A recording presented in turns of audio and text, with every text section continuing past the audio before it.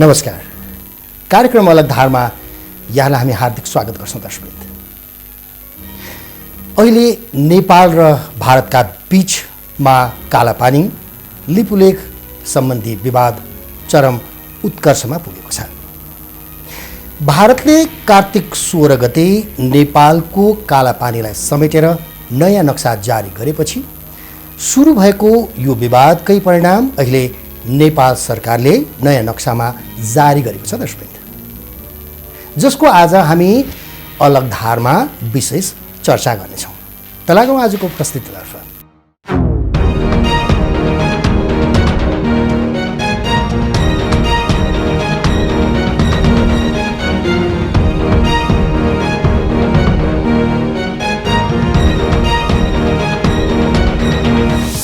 हो दर्शकवृन्द, नापी विभागका अधिकारीहरू अहिले भनिरहेका छन् 2021 सालमा भूमि सुधार लागू हुनु अघि कालापानी लिपुलेख क्षेत्रका जग्गा जमिनका सबै कागजातहरू नेपालसँग अहिले पनि सुरक्षित छ। त्यसैका आधारमा 2038 देखि 2064 सालसम्मका चरणहरूमा सीमारेखा सीमाङ्कन भएको हो। तर पनि आजसम्म सुस्ता र कालापानीको विषय टुङ्गिएको छैन। यही विषयलाई टुङ्ग्याउन परराष्ट्र सचिव स्तरीय संयन्त्र नै बनाइएको छ अहिले। तर यो संयन्त्रलाई लगातार नजरअन्दाज गर्दै आएको भारतले गत कार्तिक 16 मा नेपालको कालापानी क्षेत्र गाभेर विवादित नक्सा निकालेपछि भने अहिले यो विवादले एउटा प्रष्ट आकार लिएको देखिन्छ दर्शकवृन्द। 6 दशकपछि नेपाली नक्सामा लिम्पियाधुरा नेपालको क्षेत्रफल 310 वर्ग किलोमिटर थपियो। नक्साबाट कसले हटाएको थियो लिपुलेखको चुच्चो?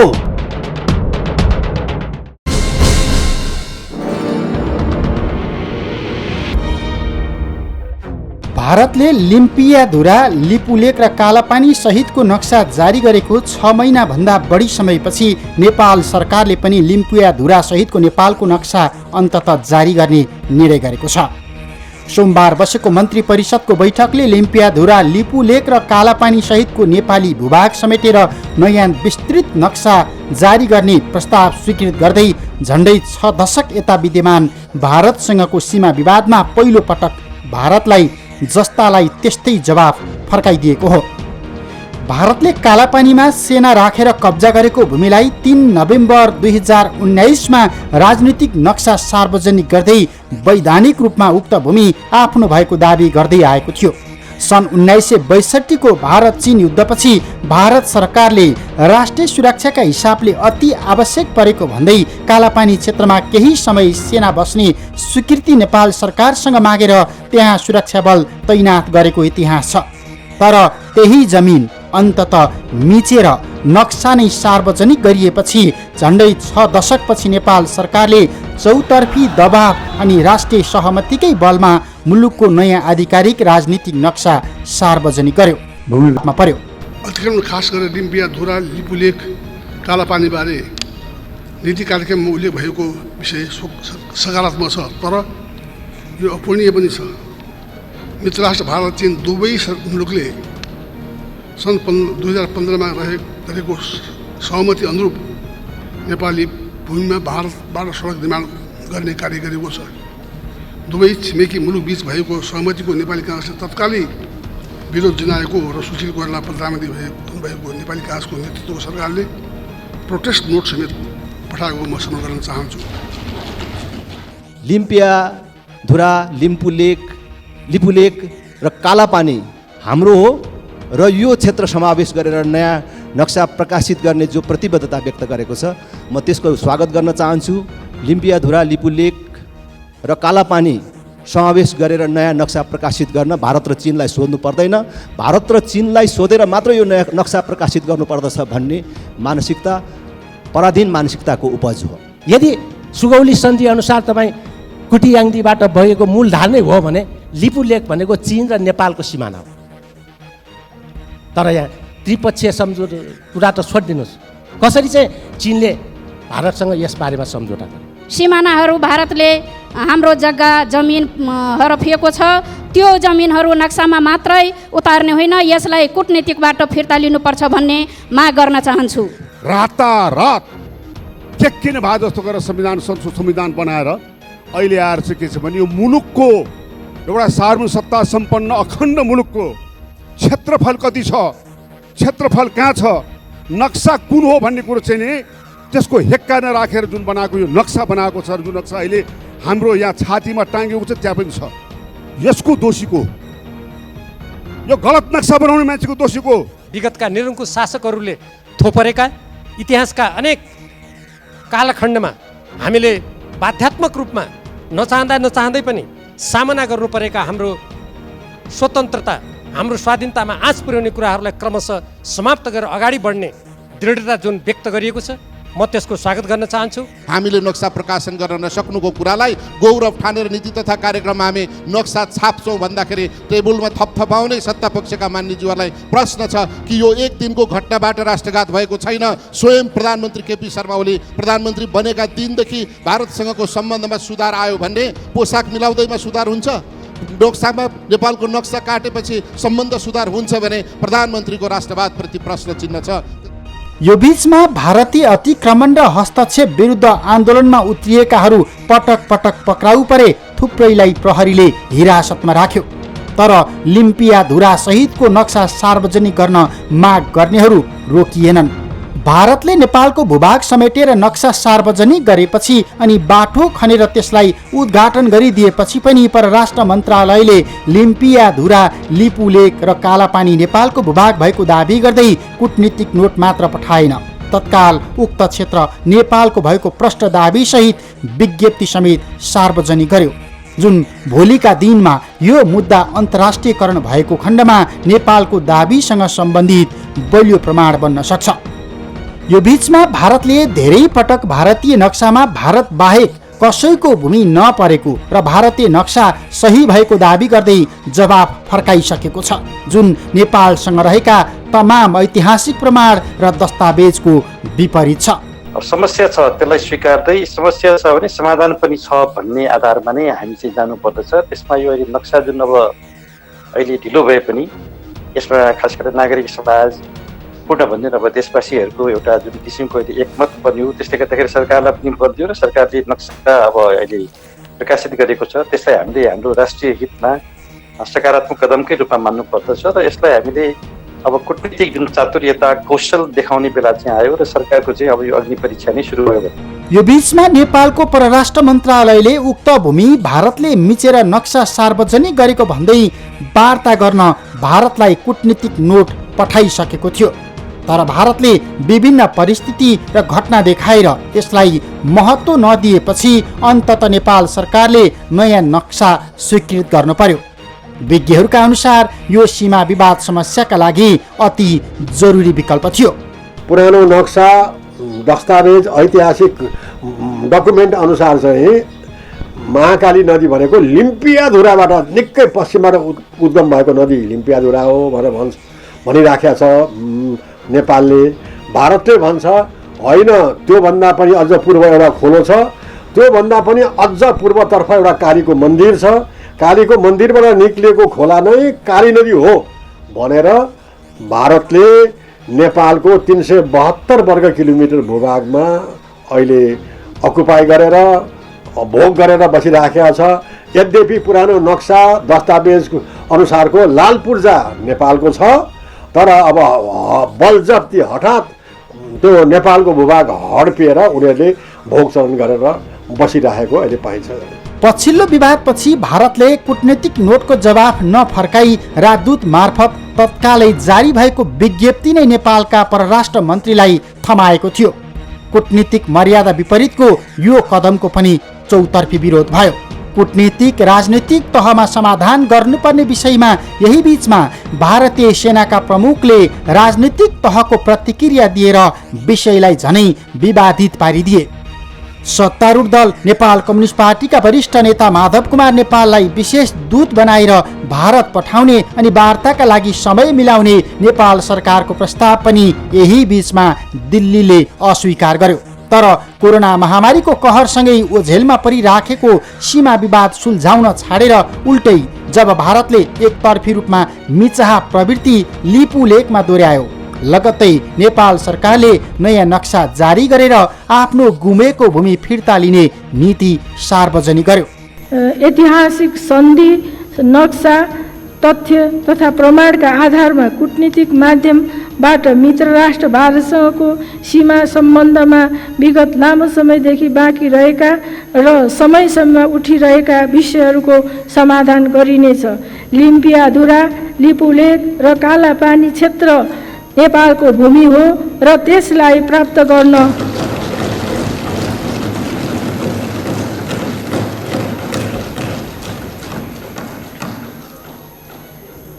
लिम्पियाधुरा, लिपुलेक र कालापानी क्षेत्र नेपालको भूमि हो र त्यसलाई प्राप्त गर्न ठोस कूटनीतिक पहल गरिनेछ। तदनुरूप नै छुटेको भूमि समेत समावेश गरी नेपालको नक्सा जारी गरिनेछ। यही मे 8 भारतीय रक्षा मन्त्री राजनाथ सिंहले नेपाली भूमि लिपुलेक हुँदै मानसरोवर जाने सडक उद्घाटन गरेपछि विकसित भएको घटनाक्रमको परिणाम यही थियो। नभन्दै सरकारले नयाँ नक्सा जारी गर्ने निर्णय गर्यो र कालापानी क्षेत्रबाट आफ्ना सेना फिर्ता लैजान भारतलाई आग्रह नै गर्यो। यो नेपाली सीमा र भारतीय अतिक्रमणको विषयले उछालिएको सडक अनि सदनमा उठेको माग हो, जसलाई सम्बोधन गर्नका लागि नेपाल सरकारले चरणबद्ध योजना अघि सारेको छ। लिम्पियाधुरा, लिपुलेक, कालापानी सहित हाम्रो भूभाग हो।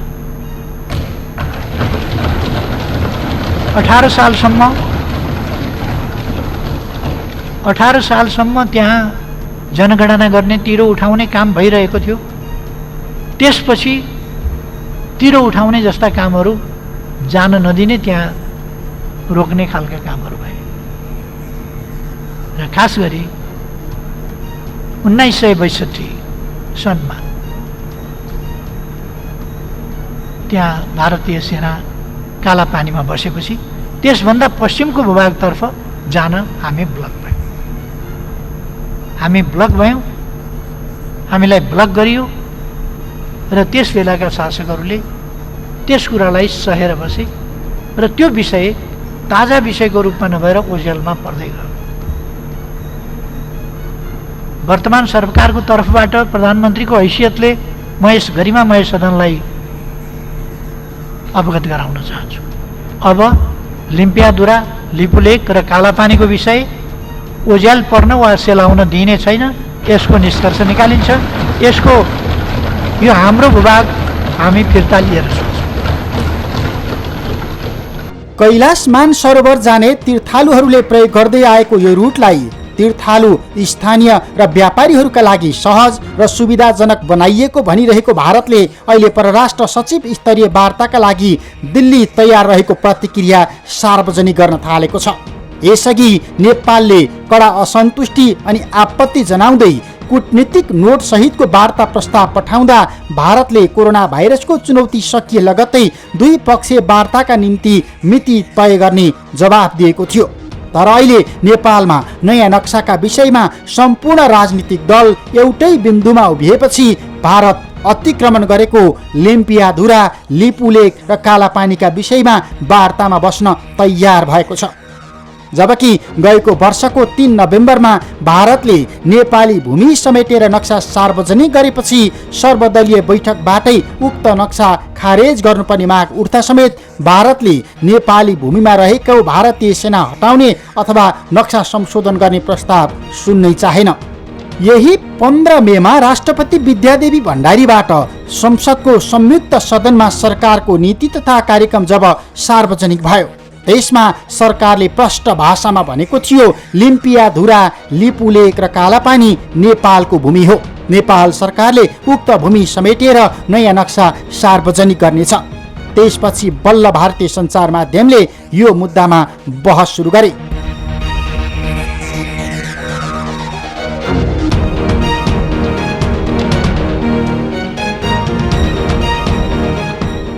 भारतीय सेनाका प्रमुख जनरल मनोज मुकुन्द नरवणेले लिपुलेक विवादमा नेपाललाई कसैले उचाली राखेको दाबी गरे। 12 वर्षदेखि बनिराखेको बाटोका विषयमा नेपालीहरूले सडक उद्घाटन भइसके पछाडि यसरी बोल्नु कसैको उक्साहटमा लागेर भइराखेको छ भन्ने तर्क गर्दै उनले चीनतर्फ सङ्केत गरेका थिए, जुन विवादमा चीन समेत नेपालको पक्षबाट हेर्दा धेरै पटक मुछिसकेको छ।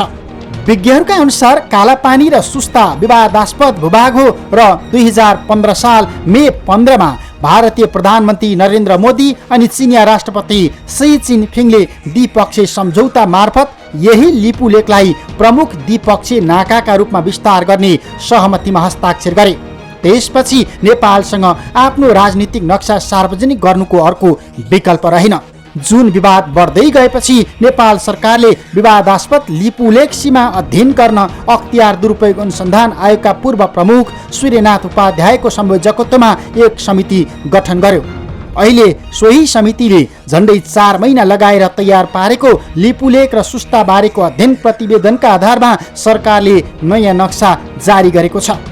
जुन नक्सा सीमा समस्या समाधानका लागि गठित नेपाल भारत प्रबुद्ध व्यक्ति समूहको प्रतिवेदनमा समेत आधारित छ। जे होस्, सरकारले ढिलै भए पनि लिम्पियाधुरा, लिपुलेक र कालापानी सहितका भूभाग समेट्दै 7 प्रदेश, 77 जिल्ला र 753 स्थानीय तहको प्रशासनिक विभाजन खुल्ने ढङ्गको नेपालको नक्सा स्वीकृत गरेको छ। जुन नक्सा सन् 1816 मा नेपाल र तत्कालीन इस्ट इन्डिया कम्पनीका बीचमा भएको सुगौली सन्धिको धारा 5 मा आधारित छ। सन् 1827 मा सर्वे अफ इन्डियाले तयार गरेको अल्मोडाको नक्साकै आधारमा अहिले पनि नेपालले काली नदीलाई सीमा नदी मानेर नक्सा स्वीकृत गरेको छ। जुन विक्रम सम्वत 2032 सालमा नेपाल आफैले तयार पारेको मुलुकको पहिलो आधिकारिक नक्सामा समेत प्रष्ट लेखिएको छ रिभर अफ काली। त्यही रिभर अफ कालीकै मुहानमा गएर यो नक्सा पनि टुङ्गिएको छ। तथापि यदि यो नक्सामा उल्लेख भएको पूर्वीय नेपाल र पश्चिम इन्डिया भन्ने ऐतिहासिक प्रमाण कसैले अब पनि स्वीकार गर्दैन भने अबको कदम मुद्दाको अन्तर्राष्ट्रियकरण नै हुन्छ, विज्ञहरूले भनिरहेका छन्।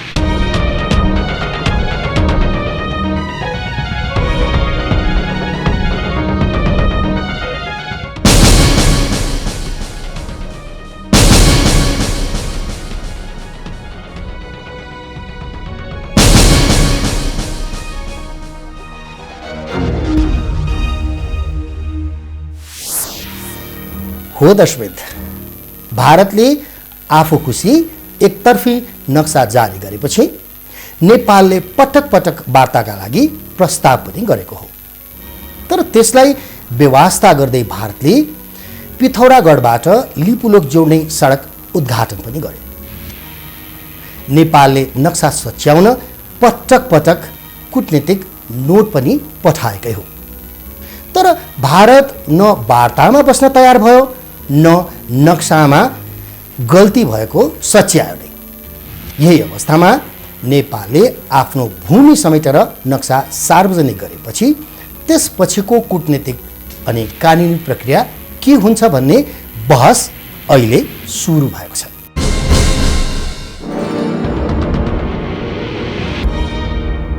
यो अन्तर्राष्ट्रिय प्रणालीमा के हुन्छ भन्दाखेरि यस्ता विवादहरू चाहे सिमानाको होस् वा अर्को कुनै खालको विवाद होस्, त्यस्तो विवाद समाधान गर्नको लागि देशको हेड अफ द गभर्मेन्ट वा हेड अफ द स्टेटले चाहिँ एउटा डिप्लोमेटिक नोट भन्ने चलन हुन्छ, कूटनैतिक एउटा पत्र। त्यो कूटनैतिक पत्र आफ्नो अर्को पक्षको मान्छेलाई दिनुपर्छ। अब अहिले सरकारकोबाट त्यो गइसकेको छ। त्यसमा यो जमिन हाम्रो हो, तपाईँहरूले चाहिँ यो ठाउँबाट सेना हटाउनुपर्छ भन्ने माग दाबीसहित चाहिँ त्यो पत्र गइसकेको छ। अब त्यो गइसकेपछि डिप्लोमेटिक प्रचलनमा अब उतापट्टिकाले उत्तर हाल्नुपर्छ। त्यसमा उसले आफ्नो जवाफ त्यसमा हाल्नुपर्छ। त्यो नहाल्यो भने हामीलाई भोलि सजिलो हुन्छ, मुद्दै जानुपर्ने स्थिति आयो भने पनि त्यो जवाफ नदिनु राम्रो मानिँदैन। जवाफ डेफिनेटली दिन्छन् उनीहरूले। त्यो जवाफ दिइसकेपछि अब विवाद चाहिँ के कुरामा रह्यो त? उनीहरूले हामीले प्रयोग गरिराखेको जमिन हाम्रो हो भनेर दाबी गर्यो, हामीले हाम्रो हो भन्यो। दुईटाको बिचमा स्वामित्वको बिचमा विवाद भयो वा त्यो सिमाना चाहिँ नमिलेको हो, नाप नक्सा गरौँ भन्दाखेरि अर्को एउटा कुरा हो। तर अब जवाब कसरी आउँछ त्यसपछि मात्रै भन्न सकिन्छ यो कुरामा। त्यो आइसकेपछि परराष्ट्र तहमा त्यसको बारेमा छलफल हुन्छ। त्यो छलफल भइसक्दाखेरि कुनै न कुनै निष्कर्ष निक्लिएला। त्यो निष्कर्ष निक्लिँदा होइन उसले आफ्नो अडान छोडेर म त्यहाँ छोड्दिनँ, यो मेरो हो, म छोड्दिनँ भन्यो भने अब हामीसँग दुईवटा अप्सन बाँकी रहन्छन्। त्यो दुईवटा अप्सन भने हामीले बलपूर्वक त्यसलाई लिने कुरा एउटा हो, अब सक्ने राष्ट्रले बलपूर्वक आफूले लिने कुरा हो होइन। अब हामीले हाम्रो सेना पठाउनु पर्ने हुन्छ, हामीले सबै खालका ती कुराहरू हाम्रो सुरक्षाको लागि लडाइँ गर्नुभन्दा पनि हाम्रो सिमाना सुरक्षित गर्नको लागि हाम्रो सिमानामा त्यो सैनिक जानुपर्ने हुन्छ। त्यसो भएपछि स्वाभाविक रूपमा दुईटाको बिचमा भिडन्त हुन्छ होला। अब त्यो गर्न हामी कति सम्भव छ, हामी कति सक्छौँ, एउटा महत्त्वपूर्ण कुरा हो। अहिले मलाई लाग्छ हामीलाई अहिलेकै स्थितिमा त्यो गर्न हामीलाई सम्भव त्यति नहोला। अब त्यस्तो स्थितिमा हामीले अन्तिम रूपमा हामीले जाने हो भने राष्ट्रले खोज्ने भनेको अन्तर्राष्ट्रिय न्यायालय, इन्टरनेसनल कोर्ट अफ जस्टिस भन्छ, संयुक्त राष्ट्रसङ्घ अन्तर्गत, त्यसमा हामीले जाने हो। त्यसमा जाँदाखेरि हामीले प्रमाणहरू प्रस्तुत गर्नुपर्छ, हामीले दाबी राख्नुपर्छ। अब इन्डियाले म त्यसको जुरिस्डिक्सन एक्सेप्ट गर्दिनँ भनेर भन्ला, तर उसले त्यो भन्न पाउने स्थिति अहिले देखिँदैन, किनभने उसले म यो कोर्टमा आउँदिनँ भनेर राखेको जुन आरक्षण हो त्यो आरक्षणमा दुई पक्षीय सन्धि अन्तर्गत उठेको कन्ट्र्याक्चुअल कुरामा म यो अदालतको जो क्षेत्राधिकार स्वीकार गर्दिनँ भनेको छ। तर देशको टेरिटोरी सुरक्षा गर्ने कुरामा मेरो टेरिटोरी उसले लग्यो, हस्तक्षेप गर्यो भन्ने कुरामा यो चार्टर विरुद्धको, बडापत्र विरुद्धको कुरा हुन्छ र त्यसमा उसले यो अधिकार क्षेत्र नस्वीकार गरेर हुँदैन। र त्यति गर्दा उसले भोलि स्वीकार गरेन भने मुद्दा जित्ने आधार त्यसबाट सृजना हुन्छ। त्यसैले हामी मुद्दा जित्छौँ कि जित्दैनौँ भन्ने खालको कुरो प्रमाणबाट मात्रै आधारित हुँदैन। यी प्रमाण अहिले कूटनैतिक छलफलमा हामी कसरी प्रस्तुत गर्छौँ भन्ने कुराले पनि निर्क्युल गर्छ। अहिले हामीले सही ढङ्गबाट वार्ता गर्न सकेनौँ भने मुद्दा पनि त्यति धेरै काम लाग्ने स्थितिमा हुँदैन। त्यसकारण नेपालले आफ्नो हकलाई स्थापित गर्नुपर्छ, नेपाली जनतालाई एकताबद्ध बनाउनुपर्छ। त्योभन्दा अगाडि दुई तीनवटा कुरा सरकारले गर्नुपर्छ। एउटा कुरो यी प्रमाणहरूको विश्लेषणसहित एउटा दस्तावेज निर्माण गर्नुपर्छ। त्यो दस्तावेज सबै राजनैतिक पार्टीहरूबाट स्वीकृत गराउनुपर्छ, सहमति गराउनुपर्छ र सिग्नेचर हस्ताक्षर गराउनुपर्छ र एउटा राष्ट्रिय एकता निर्माण गर्नुपर्छ। र परराष्ट्र मन्त्रालयले यस कुरालाई विज्ञहरूको एउटा भूमिकासहित आफूले यसलाई अब अगाडि बढाउनुपर्छ र हामीहरू जस्ता सबै मान्छेले राष्ट्रलाई यति बेला सहयोग गर्नुपर्छ। अब यहाँनिर विगतमा पनि फर्केर जानुपर्ने हो कि अब उपरान्त फेरि यो खालका कुनै घटनाहरू देशका प्रशासकहरूले गर्न नसकुन्, नेताहरूले गर्न नसकुन्, वा कुनै पनि तह र तबकाको मान्छेले यस्तो गर्न नसकोस् भन्नका लागि यो नक्साको चुच्चो काट्ने काम कुन कुन अधिकारीहरूले गरे त्यो खोज्नु आवश्यक छ। नापीको महानिर्देशक, भूमि सुधार मन्त्रालयको सचिव, भूमि सुधार मन्त्रालयको मन्त्री, त्यो मन्त्रीको प्रधानमन्त्री, त्यति बेला राजतन्त्र देशमा थियो, राजाको अर्डर थियो कि थिएन, यो सबै कुरो खोज्नु र आवश्यक छ। त्यसकारण मैले तपाईँहरूले सुन्नुभएको होला, पटक पटक भनिरहेको छु, व्हाइट पेपर क्रिएट गर्नु, हाम्रो एउटा श्वेतपत्र जारी गर्नुपर्छ देशले। त्यसकारण सरकारले यी मान्छेहरू खोज्ने कुरा जबरजस्त ढङ्गबाट गर्नुपर्छ। संशोधन जरुरी छ नेपालको आधिकारिक नक्साका सन्दर्भमा।